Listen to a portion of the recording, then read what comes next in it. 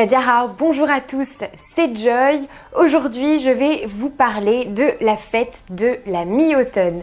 Avant de commencer, cliquez sur le bouton s'abonner juste en dessous de cette vidéo pour vous abonner à ma chaîne YouTube et recevoir toutes mes vidéos dès qu'elles sortent. Dans la description, récupérez également vos guides gratuits pour apprendre le chinois plus facilement, apprendre à écrire les caractères ou encore des mots de vocabulaire pour voyager et manger en Chine. Et nous, on commence tout de suite. Aujourd'hui, je voulais vous parler un petit peu de la fête de la mi-automne, aussi appelée fête de la lune en Chine. C'est l'une des fêtes les plus importantes dans le pays et elle a eu lieu donc vendredi dernier, c'était vendredi 13 septembre cette année. En général, elle a lieu le 15e jour du 8e mois lunaire, voilà c'est ça.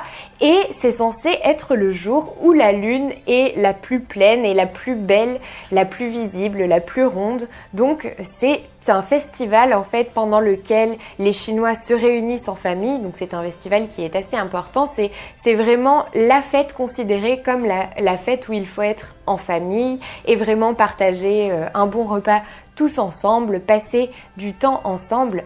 Donc c'est un festival qui est vraiment majeur en Chine.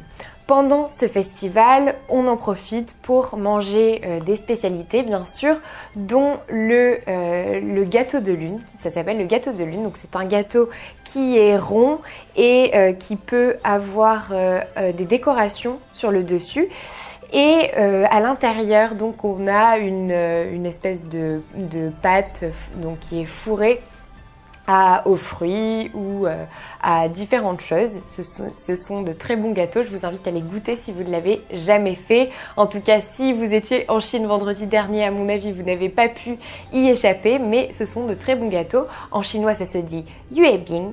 Yue, c'est comme la lune et Bing, c'est le biscuit, le gâteau, donc les gâteaux de lune.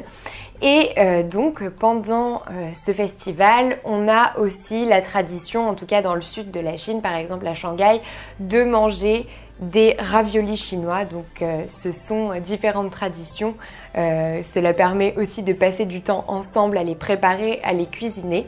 Et cette fête est donc la deuxième fête en fait la plus importante après le Nouvel An chinois et elle avait lieu donc vendredi dernier. Donc personnellement j'ai célébré aussi cette fête avec des Chinois qui étaient en France, donc un peu loin de leur famille.